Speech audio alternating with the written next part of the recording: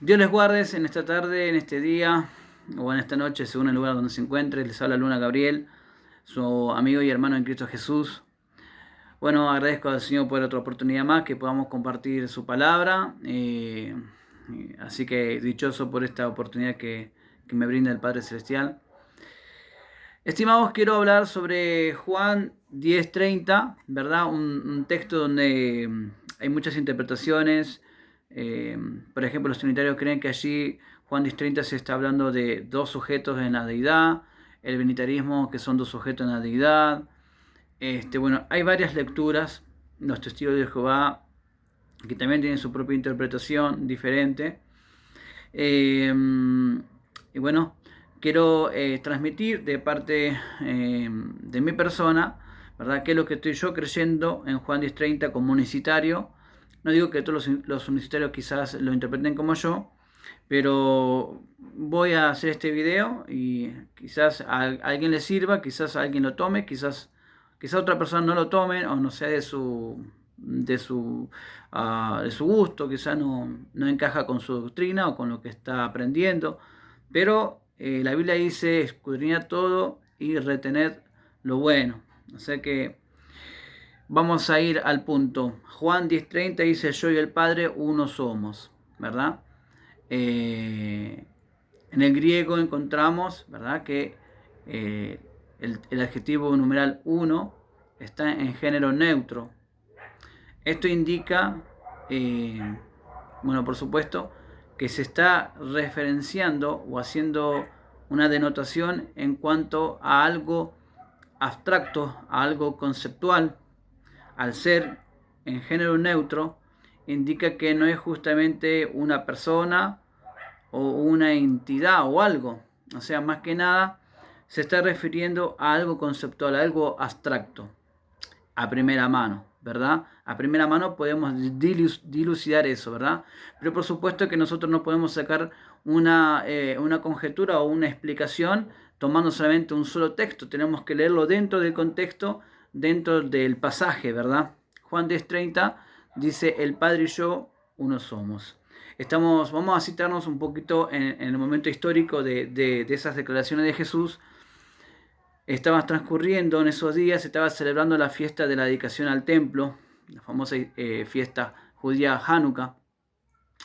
En esos días, ¿verdad?, tenían como costumbre leer Ezequiel capítulo 34, donde Dios, donde Yahweh, él se autoidentifica como el pastor de las ovejas por medio del profeta, ¿verdad? Si uno lee todo el capítulo de Ezequiel 34, va a notar la ira, el enojo que tiene Dios con los pastores, ¿verdad?, que han desamparado a las ovejas, que viene a ser, metafóricamente hablando, el pueblo de Israel, ¿verdad? Los pastores que se apacientan a sí mismos, aquellos que no curan a la que está a la pierna quebrada, en fin, no buscan a la descarriada. Entonces, Dios, ahí en ese pasaje de la Biblia, dice que Él mismo vendría a buscar a sus ovejas. Entonces, sitiándonos en el contexto histórico, ¿verdad?, que se celebraba esta fiesta y se leía esta porción de las Escrituras, tengamos en cuenta esto en la mente, de que para los judíos es importante también esta fiesta, y de repente que aparezca un hombre como Jesús y comience a evocar la figura pastoral que solamente le corresponde a Yahweh, a Dios, ¿verdad? Pongamos solamente en mente esto: las personas con el corazón abocado a esa fiesta, sea por religiosidad, algunos, sea porque sinceramente amaban a Dios, pero estaban celebrando esa fiesta, y de repente aparezca un hombre y comienza a decir que Él es el buen pastor, que sus ovejas oyen su voz y que lo siguen, de que tiene ovejas en un redil, que también tiene ovejas en otro redil que tiene que ir a buscarlas, y se autoidentifica como el buen pastor. No sin antes mencionar que Él también es la puerta, ¿sí? La puerta de ese redil. Fíjese esto, Él dice que es la puerta. Luego Él dice que Él es el pastor que pasa por la puerta. O sea, Jesús ahí evoca dos figuras: la puerta y el pastor que pasa por la puerta. Si uno se detiene a pensar un poquito, o con la lógica trinitaria, que ellos dicen que Jesús no puede ser el Padre, que solamente es el Hijo, entonces con esta misma lógica interpretativa, entonces tendríamos que concluir que Jesús no puede ser tampoco ambas cosas, o es la puerta del redil, o es el pastor que pasa por esa puerta. Más sin embargo, Jesús dice que es la puerta y dice que también es que es el pastor que pasa por la puerta. Y dice que este buen pastor su vida da por las ovejas. Amén. Dice que Él les da vida eterna. Ahora, fíjese esto. El Señor Jesucristo comienza a decir que Él da vida eterna, que Él es el buen pastor. Y para todo judío, hay un solo pastor, que es Yahweh. En Salmos podemos encontrar Yahweh es mi pastor, nada me faltará, etc. Y en diferentes escrituras, en diferentes porciones de las escrituras, encontramos que Yahweh es nuestro pastor.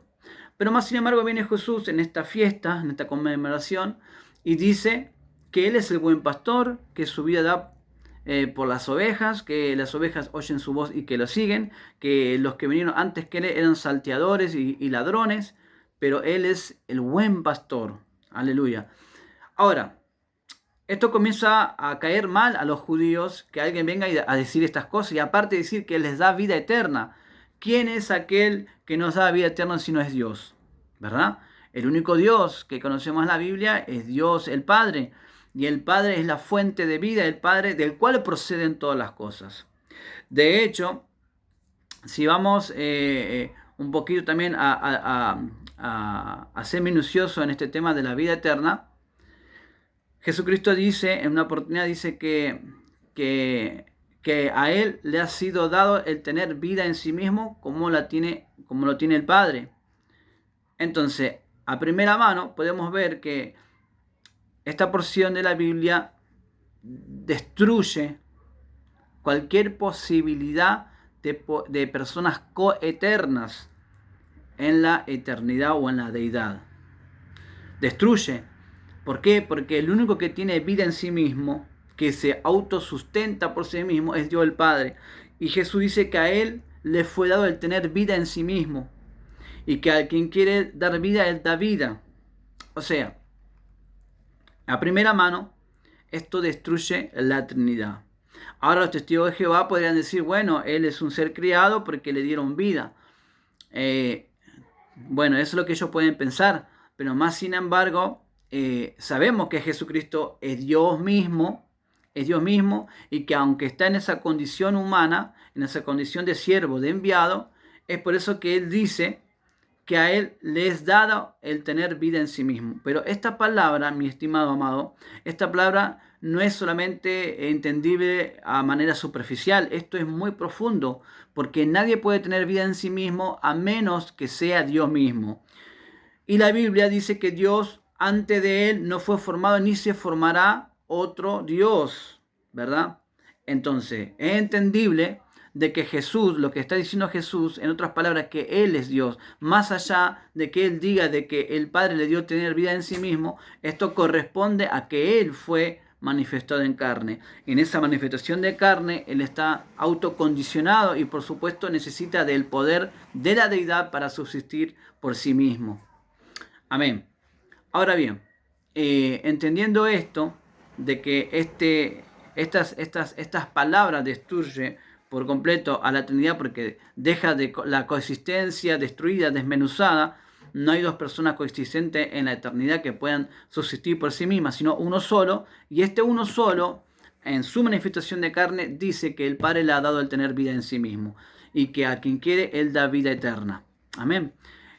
Esto suena muy, muy pesado para los oídos de los judíos, porque si este es un hombre, ¿cómo es que da vida eterna? Entonces Jesús comienza a decir de que nadie puede arrebatar de sus manos a las ovejas, a sus ovejas, así como nadie tampoco puede sacar o arrancar de las manos a las ovejas de las manos de Dios, de su Padre. Estas palabras, estas declaraciones de Jesús, por supuesto que ofenden al oído judío, que está acostumbrado a entender que solamente Dios el Padre es el que tiene el poder de que nadie le pueda arrebatar de sus manos, ¿verdad? Sus ovejas. Eso podemos verlo también en Deuteronomio capítulo 32, 39. Dice que Él solamente es Dios, que no hay nadie con Él. Y dice que nadie puede, que Él sana, que Él cura, que Él da muerte, que Él da vida y que nadie puede arrancar o liberar de su mano. Quiere decir, en otras palabras, que Él es el Todopoderoso, que no hay nadie mayor que Él para que pueda abrir su mano y sacar a las ovejas. ¿Verdad? Es una idea de fuerza, es una idea de poder, de dominio completo. Entonces esto es lo que hace Jesús también. Él dice que nadie puede sacar de sus manos las ovejas o arrebatárselas de sus manos. Esto da la idea de que Jesucristo estaba tomando esa imagen pastoral que solamente le corresponde a Dios el Padre, y se la está atribuyendo a su persona. Entonces, en Juan 10:30 dice: yo y el Padre uno somos. Esto termina por hacer enojar a los judíos y querer apedrear a Jesucristo, ¿verdad? Entonces Jesús le dice: ¿por cuáles de las obras me van a apedrear o me quieres apedrear? Por buenas obras no te vamos a apedrear o no te apedreamos, dicen los judíos, sino por tu blasfemia y porque tú, siendo hombre, te haces Dios. Entonces, entendiendo un poco el contexto, Jesucristo comienza a evocar Salmos capítulo 82, versículo 6, donde dice de que está escrito en vuestra ley: yo dije, vosotros dioses sois, y todos ustedes hijos del Altísimo. Entonces Jesús evoca dos títulos: Elohim e hijos. Elohim, por supuesto, entendido para el ser humano, es en un sentido jerárquico. El hombre es Elohim, ¿verdad? En un sentido jerárquico, no sustancial. Y a la vez también el hombre es hijo de Dios, por ser creación de Dios. Ahora bien, Jesús dice, evoca esta escritura, Salmo 82, versículo 6, si a los que les fue enviada la palabra le dicen que son dioses, y a quien el Padre santificó y envió al mundo, ustedes dicen que blasfemo porque dije, hijo de Dios soy. Entonces, Jesús está de alguna manera tomando para sí ese título, ¿sí? Se lo está atribuyendo a su persona, porque si a los que antes fueron enviados la palabra del Señor le llaman dioses y le llaman hijo de Dios, ¿por qué Él no? Si Él fue santificado, Él es el santo, ¿cómo no poder atribuírsele a Él, a su persona, el título de Elohim y el título de hijo de Dios? ¿Verdad? Esto tiene que ser entendido, por supuesto, desde su condición humana. La preeminencia para el Hijo de Dios le corresponde tanto en su existencia humana y también en su existencia divina. Le corresponde el título de Elohim. Porque convengamos esto, Jesucristo no es un hombre común como usted y como yo. Jesucristo es Dios mismo manifestado en carne. Pero aún así, en su condición de siervo, en su condición de enviado, etcétera, de hombre, Él no dice yo soy Dios en ningún momento de la Biblia. Él dice yo soy Dios. O sea, no lo dice en sus días terrenales, ¿verdad? Acá en la tierra. No lo dice así literalmente yo soy Dios o yo soy Dios el Padre. Ni tampoco dice para los trinitarios yo soy Dios el Hijo. No dice nada de esas cosas. Él busca la gloria del Eterno. Él no busca su propia gloria. Él busca la gloria de su Padre. Y en esa condición de siervo, de humano, ¿verdad? Él demanda, o sea, Él se defiende y les dice a los judíos que de ninguna manera Él está blasfemando. Porque no es blasfemia demandar a su persona el título de Elohim y de Hijo de Dios. Aparte, Jesús le dice que si no le creen a él, que le crean a las obras, porque las obras que él hacía, las hacía en nombre de su Padre y las hacía Dios en él mismo. Ahora, esta frase quizás puede sonar a que Dios dentro de Jesús dio un sujeto dentro de otro sujeto. No. Lo que está hablando el Señor Jesucristo es en un sentido figurado, representativo. El poder de Dios es en él, o Dios es en él, no significa un sujeto dentro de otro sujeto. No, es un lenguaje representativo, figurado, para bajo ningún punto de vista Jesús está hablando de algún venitarismo o de algún unitarismo también, como predican los unitarios, un Dios, un hombre, ambos sujetos diferentes.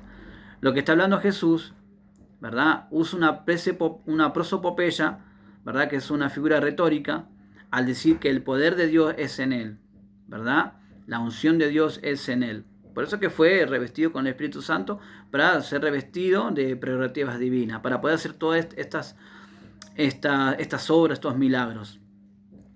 Ahora bien, Jesús le está diciendo, vuelvo a retomar Juan 10:30 dentro del contexto, de que él no está blasfemando en cuanto a que se le pueda atribuir a él el título de Elohim, porque los judíos estaban interpretando de que él se estaba haciendo Dios a nivel ontológico. Ahora bien, sea a un nivel ontológico sustancial o sea a un nivel jerárquico, ambas líneas, ¿verdad?, son atribuibles a Jesucristo. Jesús tiene la preeminencia en todos los planos que uno lo pueda ver, en todos los planos. Jesús es Dios, sea en su condición humana, un Dios a nivel jerárquico, empoderado porque tiene todo poder, le fue dado todo poder, y también se le puede atribuir sin ningún tipo de objeción alguna que él sea Dios a nivel ontológico. Ahí está el tema. Dos líneas que encajan en su persona, como Dios desde su condición divina, jerárquicamente hablando, y como Dios desde su condición humana, humana y en su condición divina. O sea que de ambas maneras, porque en su persona fluyen dos naturalezas, humana y divina. Así que por su línea o por su condición humana podemos decir que él es Dios jerárquicamente y que sobrepasa a todo. Y también desde su condición divina, él es Dios también sobre todas las cosas, como dice Romanos 9:5. Entonces Jesús ostenta y puede atribuírsele tranquilamente sin ninguna objeción que él sea tanto Dios a nivel jerárquico por su condición humana y tanto Dios a nivel ontológico por su condición divina. Ahora bien, los judíos interpretaban que él se hacía hombre a nivel ontológico, pero como él no va contra la ley, él no viene a decir yo soy Dios, él no viene a buscar su propia gloria. Entonces es por eso que Jesús les aclara de que, citando Salmo 82:6, que si a aquellos a quienes les fue enviada la palabra, le dicen dioses y le dicen hijo de Dios, cuánto más al que el Padre santificó en su preconocimiento, ¿verdad?, en sus planes eternos, cuánto más a aquel que el Padre santificó y envió al mundo, cuánto más le correspondería el título de Elohim. ¿Verdad? Entonces, en Juan 10:30, el término gen, el adjetivo numeral, y está en género neutro, está indicando algo abstracto, no está indicando una persona.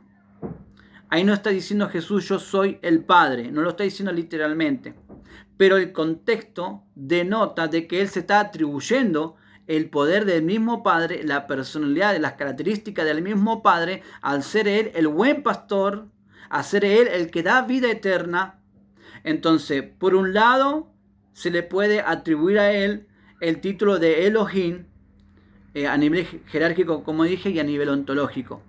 Ahora, vamos a esto. En Juan 10:30 se repite el mismo patrón gramatical en Juan 17, 21, 22, 23, donde dice, para que sean uno como tú, como yo y tú, o como tú y yo somos uno, oh Padre. Para que ellos sean uno. La gloria que me diste yo les he dado para que sean uno, así como tú y yo somos uno, Padre, oh Padre. Entonces, así, para que sean uno, o sea, nuevamente encontramos uno en género neutro, para que sean una cosa como nosotros somos una cosa. ¿Qué es lo que son una cosa? ¿A qué se está refiriendo? ¿A qué concepto se está refiriendo una cosa? Para que seamos una cosa. Porque si nosotros somos uno con el Padre y con el Hijo, mi estimado, nosotros no podemos estar diciendo que nosotros somos Dios con el Padre y con el Hijo en unidad. Por ende, queda descartado, porque este mismo patrón gramatical que encontramos en Juan 17, 21, 22, 23, se encuentra también en Juan 10, 30. Y somos uno, una unidad con el Padre y con el Hijo, pero no somos uno a nivel sustancial. No lo somos, sino que es en unidad de mismo propósito, de misma voluntad, de una misma mente, de una misma meta, de un mismo sentir, de un mismo espíritu. De hecho, dice la Biblia que el que se une con el Señor, un espíritu es. Entonces, esto es posible, esto es entendible, por supuesto, en un sentido figurado. No vamos a hacer un espíritu divino con el Padre y con el Hijo. No, no, no.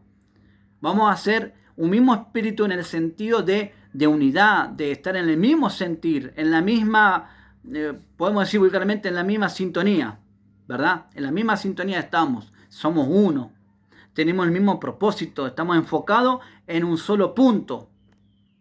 En ese sentido es que es entendible Juan 10:30 y descarta la Trinidad.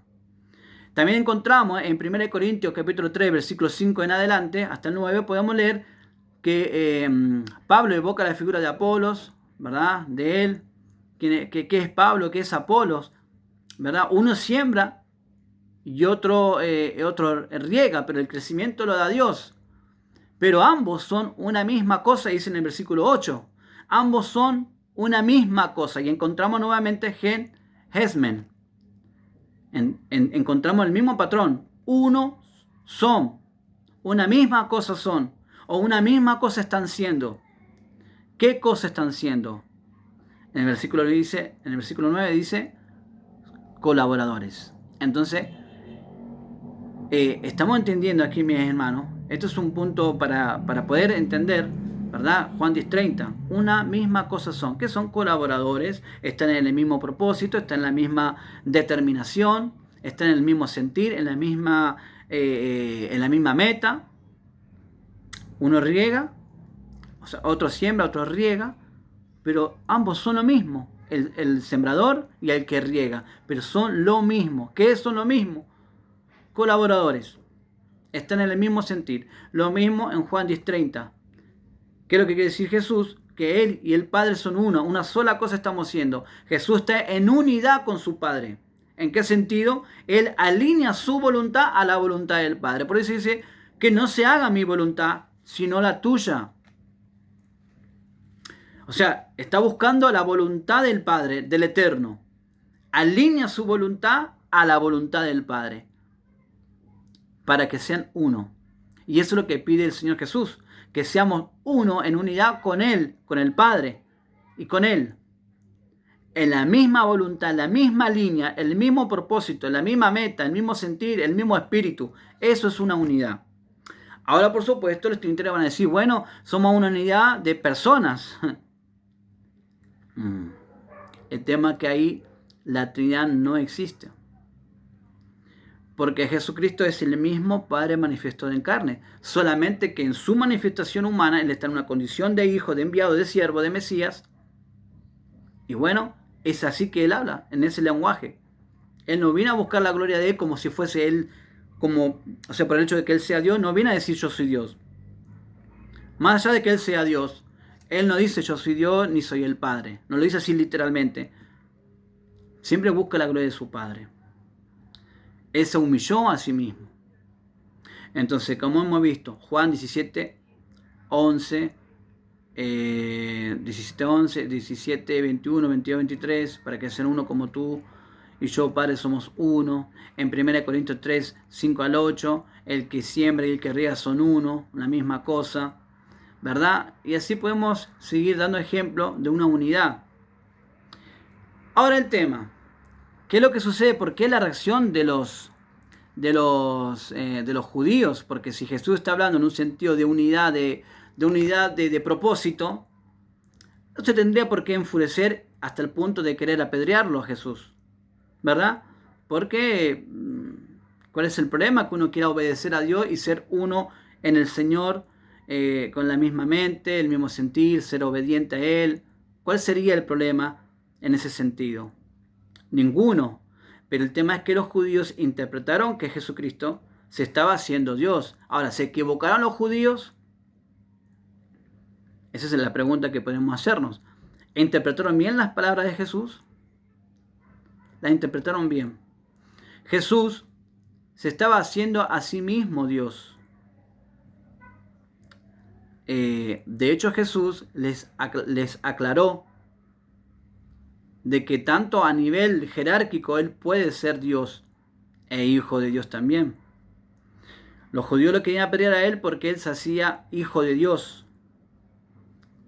haciéndose Dios, ¿verdad? Y es una gran verdad. Jesús es Dios y es el hijo de Dios a la vez.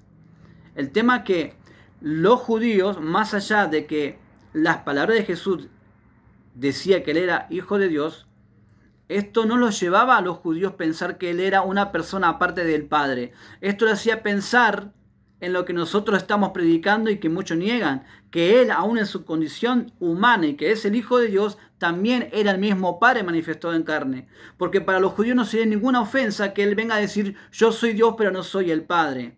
No habría ningún problema, porque hay muchos dioses falsos y para ellos son dioses falsos. Pero cualquiera que no sea la persona del Padre, ¿verdad? Ya es idolatría. Entonces, como para los judíos, esto no es posible que un hombre se haga Dios, en otras palabras, sea el mismo Padre, es una ofensa y por eso que lo quisieron apedrear. No porque hayan pensado o que haya quedado en su mente la idea de que Jesús le estaba transmitiendo un Dios hijo como predica la Trinidad. No, los judíos no estaban entendiendo eso. Los judíos estaban entendiendo que Él, aunque Él era el Hijo de Dios, estaban entendiendo de que Jesús le estaba diciendo que es el mismo Padre. Eso sí es pecado y blasfemia contra Dios. Pueden venir muchos y decir yo soy Dios, como muchas personas se hacían Dios a sí mismo, muchos ídolos se hacían Dios a sí mismo. No sé, podemos decir que yo soy Dios, vamos a decir Mamón, ¿verdad? Cualquier Dios con cualquier nombre. Para los judíos, vamos a hablar así en criollo, les rebalaba, no le importaba eso. Que diga que es el Dios que se puede imaginar, no, a nosotros no nos interesa. Pero que venga a evocar la figura pastoral como que le corresponde solamente a Yahweh, a Dios el Padre, en Ezequiel 34, y toda la Biblia habla de que tenemos un buen pastor, y que venga este hombre a decirnos que eres el buen pastor y que da vida eterna, esto no es otra cosa que se está haciendo el mismo Dios Padre a que nosotros estamos creyendo. Esto es una ofensa para nosotros, esto es blasfemia. Eso es lo que ellos creen, los judíos. No estaban creyendo de que Jesús le estaba hablando que era un Dios hijo. No. Sino que era el mismo Padre. Por eso que se alborotaron.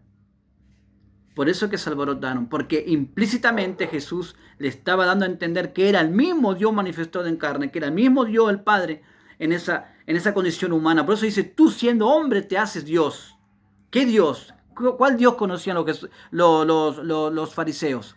Perdón, y los judíos también.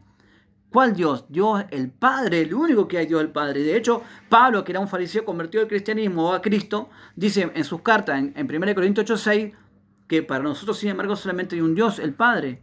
O sea que para cualquier judío, el único Dios a nivel personal es el Padre. Y que Jesús venga y diga todas estas cosas, es una ofensa para ello. Pero Jesús no estaba blasfemando, porque de hecho es una gran verdad.